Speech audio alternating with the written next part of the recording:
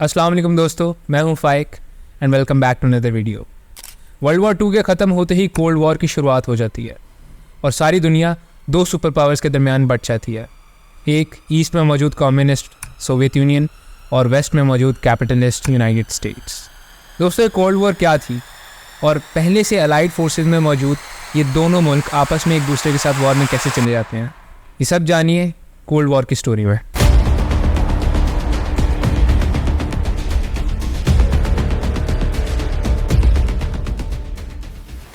दोस्तों, पहले देखते हैं कोल्ड वॉर है क्या।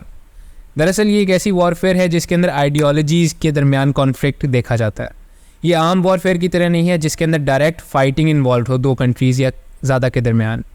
और जिस कोल्ड वॉर की हम बात कर रहे हैं इसके अंदर दो मेजर आइडियोलॉजीज़, ईस्ट में मौजूद सोवियत यूनियन जो कम्युनिज्म को सपोर्ट कर रहा था और वेस्ट में मौजूद यूनाइटेड स्टेट्स जो कैपिटलिस्ट अप्रोच रखता था। दोस्तों, वर्ल्ड वॉर 2 के ख़त्म होने के बाद अब अलाइड फोर्सेस फैसला करती हैं कि यूरोप के अंदर न्यू गवर्नमेंट्स को एस्टैब्लिश किया जाए।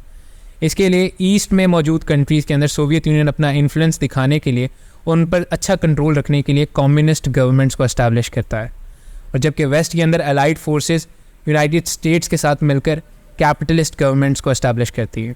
यानी यूरोप अब दो हिस्सों में बट चुका था और इस सेपरेशन को farmer British prime minister Winston Churchill एक बड़े ही फेमसली अपने कोट में कहते हैं कि आयरन कर्टन अब पूरे यूरोप के अंदर एग्जिस्ट करता है।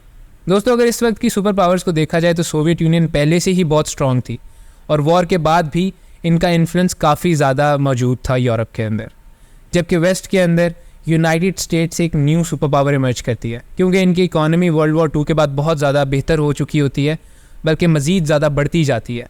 साथ ही साथ इनके पास दुनिया का सबसे डेडलीस्ट वेपन भी अब मौजूद था, एटॉमिक बॉम्ब, जिसे ये जापान के ऊपर गिरा चुके थे। दोस्तों, मसला शुरू वहाँ पर होता है जब अलाइड फोर्सेस ये फैसला करती हैं कि वर्ल्ड वॉर 2 के बाद ईरान को वेकेट किया जाए, यानी ईरान से निकल लिया जाए। अब तकरीबन सारी अलाइड फोर्सेस ईरान से निकल जाती हैं सिवाय सोवियत यूनियन के। जोसेफ स्टालिन अपने ईरान से जाने को डिले कर देते हैं। साथ ही साथ ये टर्की पर भी प्रेशर डालते हैं कि वो टर्किश ट्रेड को सोवियत यूनियन के इन्फ्लुएंस के अंडर कर दे ताकि वहाँ पर ईजी ट्रेड को इंश्योर किया जा सके। दोस्तों, देखा जाए तो ये सीधा सीधा एक्सपेंशनिज्म है। सोवियत यूनियन कॉलोनियलिज्म की तरह अपनी टेरिटरीज़ को एक्सपैंड करना चाहता था। यहाँ पर यूनाइटेड स्टेट्स इसके खिलाफ एक एक्शन लेता है। यूनाइटेड स्टेट्स के प्रेसिडेंट एक ट्रूमैन डॉक्ट्रिन पास करते हैं। इस डॉक्ट्रिन के मुताबिक टर्की और ग्रीस को मिलिट्री एड प्रोवाइड की जाती। इसका मकसद था कि सोवियत यूनियन के एक्सपेंशनिज्म को किसी तरीके से कंटेन किया जाए, इसे रोका जाए। यूरोप के अंदर कम्युनिज्म के एक्सपेंशन को रोकने के लिए यूनाइटेड स्टेट्स अप्रैल 1948 के अंदर मार्शल प्लान लॉन्च करता है। इस प्लान के तहत वेस्टर्न यूरोपियन कंट्रीज़ के अंदर $15 मिलियन की एड भेजी जाती है, जिसका मकसद इनकी इकॉनमी को बूस्ट करना होता है और इनके दरमियान फ्री मार्केट्स को प्रमोट करना होता है। अगर बात करें यूरोप के डिवीज़न की तो यहाँ पर जर्मनी का जिक्र करना भी ज़रूरी है क्योंकि जर्मनी को भी आधा आधा डिवाइड कर दिया गया था, वेस्ट जर्मनी और ईस्ट जर्मनी में। इसके अलावा बर्लिन जो कि ईस्ट जर्मनी में मौजूद था, इसको भी आधा आधा डिवाइड कर दिया जाता है वेस्ट और ईस्ट के दरमियान। जून 1948 के अंदर जोसेफ स्टालिन बर्लिन का ब्लॉकेड स्टार्ट करते हैं। यानी अब फ्रेंच, ब्रिटिश और अमेरिकन्स इनको अलाउ नहीं था कि ये बर्लिन तक आ सकें, इवन अपने वेस्टर्न पार्ट तक आ सकें। इसके रिस्पांस में यूनाइटेड स्टेट वेस्ट बर्लिन को एक्सेस करने से रुकता नहीं है, बल्कि अपने एरियल प्लान्स लॉन्च करता है और एयर जेट्स के थ्रू वेस्ट बर्लिन के अंदर फाइनेंशियल एड प्रोवाइड करता है। तकरीबन 15 महीनों तक ये एरियल एड वेस्ट बर्लिन तक पहुँचाई जाती है, जिसके बाद जोसेफ स्टालिन खुद ही जर्मनी के ब्लॉकेड को तोड़ देते हैं और दोबारा से वेस्टर्न पावर्स वेस्ट बर्लिन को एक्सेस कर पाती हैं। लेकिन इसकी वजह से काफ़ी ज़्यादा टेंशन बढ़ने लग जाती हैं ईस्ट और वेस्ट के दरमियान। इसलिए यूएस और उसके अलाइज ये फैसला करते हैं कि वेस्टर्न जर्मनी को फेडरल रिपब्लिक ऑफ जर्मनी बना दिया जाए, यानी एक इंडिपेंडेंट स्टेट बना दी जाए।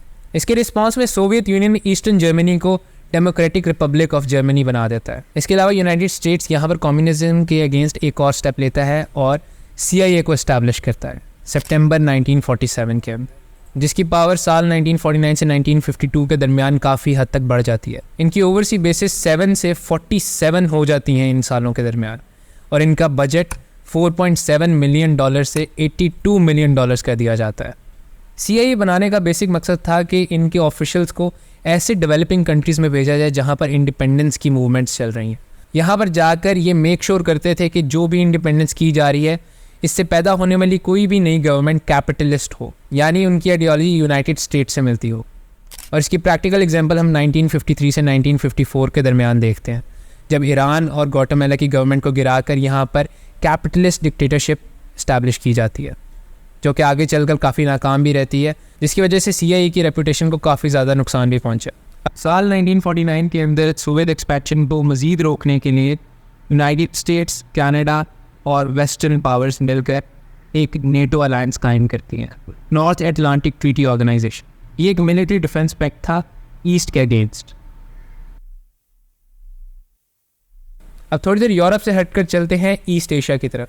यहाँ पर चाइना के अंदर एक रेवोल्यूशन स्टार्ट होती है जिसका लीडर था माओ ज़ेडुंग। ये कम्युनिस्ट रेवोल्यूशन थी जो कि 1949 के अंदर कामयाब होकर यहाँ पर पीपल्स रिपब्लिक ऑफ चाइना को एस्टैब्लिश करती है। ईस्ट एशिया में कम्युनिज्म की इस विक्ट्री को देखते हुए यूनाइटेड स्टेट भी इस एरिया के अंदर अपना इन्फ्लुएंस डालना चाहता था, इसीलिए जापान को फाइनेंशियल एड प्रोवाइड की जाती है, जिसका मकसद होता है कि जापान की इकॉनमी को काफ़ी ज़्यादा इंक्रीज़ किया जाए और कैपिटलिज्म को भी यहाँ प्रमोट किया जाए। साथ ही साथ वियतनाम के अंदर भी कम्युनिस्ट रेवोल्यूशन स्टार्ट होती है अंडर हो ची मिन। यूनाइटेड स्टेट्स यहाँ पर फ्रेंच कॉलोनियल फोर्सेस को काफ़ी ज़्यादा एड प्रोवाइड करता है अगेंस्ट कम्युनिस्ट रेवोल्यूशन। साल 1950 के अंदर communist north Korea south Korea को भी इन्वेड करता है और यहाँ पर US की तरफ से हज़ारों US ट्रूप्स भेजे जाते हैं साउथ कोरिया की मदद के लिए। 3 साल चलने वाली इस वॉर के नतीजे के अंदर कोई भी डिसाइसिव विक्ट्री नहीं सामने आती और एवेंचुअली दोनों फोर्सेस विड्रॉ करती हैं और इनके बॉर्डर्स हमेशा की तरह उसी जगह पर मौजूद रहते हैं। लेकिन यूनाइटेड स्टेट्स को यहाँ पर एक कॉन्फिडेंस मिलता है कि किस तरीके से उन्होंने कम्युनिज्म को फैलने से रोक लिया है, यानी उनकी नज़रों में अब ये पॉसिबल था कि कम्युनिज्म को रोका जा सके। साल 1953 में जहाँ कोरियन वॉर एंड हो रही होती है वहीं पर जोसेफ स्टालिन की डेथ हो जाती है और निकिटा क्रूश्चेव अब नेक्स्ट सोवियत लीडर बन जाते हैं। साल 1961 के अंदर एक तरफ यूनाइटेड स्टेट्स के अंदर new president John F Kennedy अपने प्रेसिडेंसी संभाल रहे होते हैं और दूसरी तरफ क्रूश्चेव अब बर्लिन को सिक्योर करना चाहते थे, क्योंकि 1949 से अब तक तकरीबन 2.7 मिलियन एजुकेटेड लोग ईस्ट बर्लिन से वेस्ट बर्लिन माइग्रेट कर चुके थे और इन प्रोफेशनल्स की माइग्रेशन का मतलब था कि ईस्ट जर्मनी की प्रोग्रेस के अंदर हर्डल आ सकती थी। इसलिए 1961 वियना की एक मीटिंग के अंदर निकिटा क्रूश्चेव जॉन एफ कैनेडी को वेस्ट बर्लिन से जाने का कहते हैं, लेकिन यहाँ पर जॉन एफ कैनेडी उन्हें मना कर देते हैं, जिसके नतीजे में अगस्त 1961 के अंदर एक बार्ब्ड वायर फेंस ईस्ट और वेस्ट बर्लिन के दरमियान बना दिया जाता है, यानी एक कांटेदार वायर के साथ 12 फीट ऊंचा और 100 मील लंबा ईस्ट और वेस्ट बर्लिन के दरमियान बॉर्डर बना दिया जाता है। इस डेवलपमेंट के अगेंस्ट यूनाइटेड स्टेट्स किसी किस्म का स्टेप नहीं लेता, क्योंकि इस वक्त प्रेसिडेंट जॉन एफ कैनेडी किसी और मसले में मसरूफ़ थे। क्योंकि साल 1959 के अंदर क्यूबा के अंदर एक रेवोल्यूशन स्टार्ट होती है फिडेल कैस्ट्रो के अंडर। ये कम्युनिस्ट लीडर था जो कि वहाँ की गवर्नमेंट को ओवरथ्रो करना चाह रहा था। यहाँ पर कैपिटलिस्ट गवर्नमेंट को एस्टैब्लिश करने के लिए CIA का दोबारा इस्तेमाल किया जाता है यूनाइटेड स्टेट्स की तरफ से। यहाँ पर CIA कुछ क्यूबन एग्जाइल्स को ट्रेन करती है और इनके साथ मिलकर फिडेल कैस्ट्रो पर अटैक करती है। इस अटैक के नतीजे में फिडेल कैस्ट्रो विक्टोरियस रहता है और CIA अपने एग्जाइल्स के साथ यहाँ से भाग निकलती है, जिसके बाद फिडेल कैस्ट्रो अब क्रूश्चेव से सपोर्ट डिमांड करता है फॉर इट्स रेवोल्यूशन। क्रूश्चेव 1962 के अंदर क्यूबा में कुछ मिसाइल्स भेजने पर एग्री करता है। मिसाइल्स की खबर सुनकर यूनाइटेड स्टेट्स अपनी नेवी भेजता है और क्यूबा के अराउंड एक ब्लॉकेड बना देता है। जब सोवियत यूनियन की तरफ से आने वाली मिसाइल शिप इस ब्लॉकेड के पास पहुंचती है तो यहाँ पर एक डेप्थ सिग्नलिंग चार्ज डेटोनेट कर दिया जाता है। इसका मकसद होता है सिर्फ ये बताना कि ब्लॉकेड के बहुत ज़्यादा करीब आ चुकी है सोवियत शिप, लेकिन सोवियत शिप के ऑफिसर्स को लगता है ये उन पर अटैक था और ये यूनाइटेड स्टेट्स की नेवी के खिलाफ न्यूक्लियर टॉर्पीडोज लॉन्च करने का फैसला करते हैं।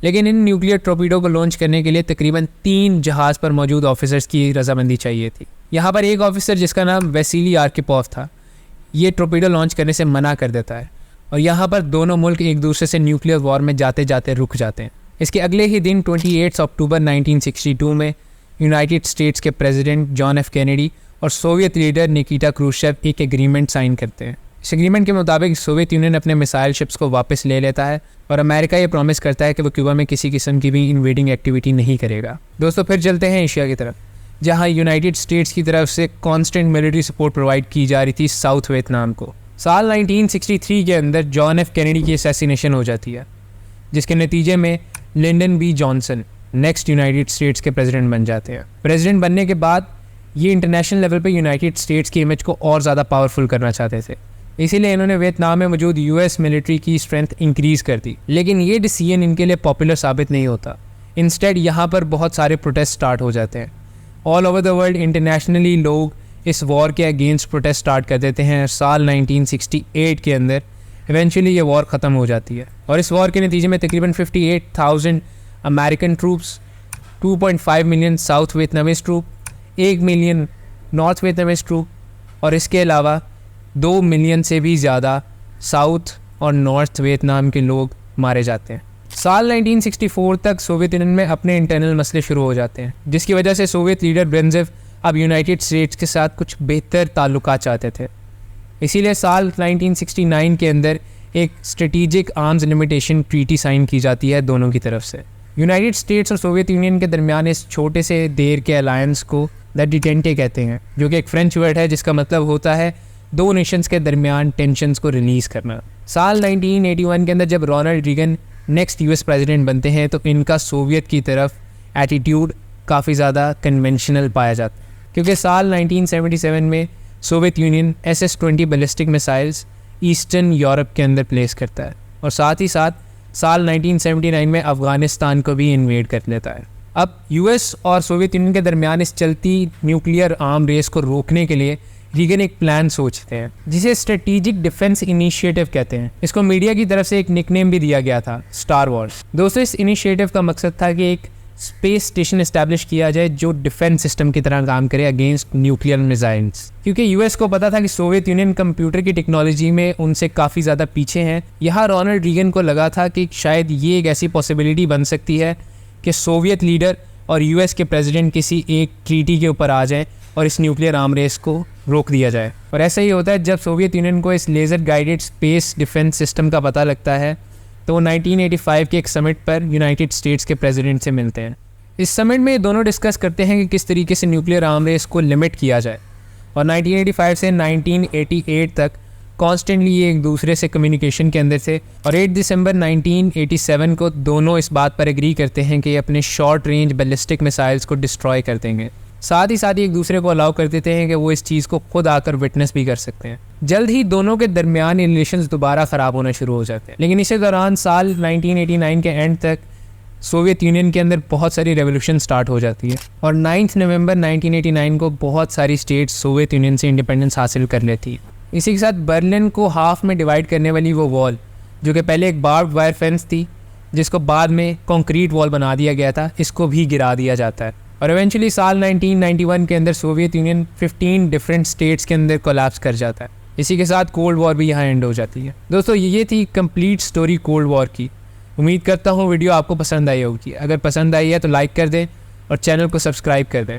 आपसे मुलाकात होती है नेक्स्ट वीडियो में, तब तक के लिए अल्लाह हाफिज़।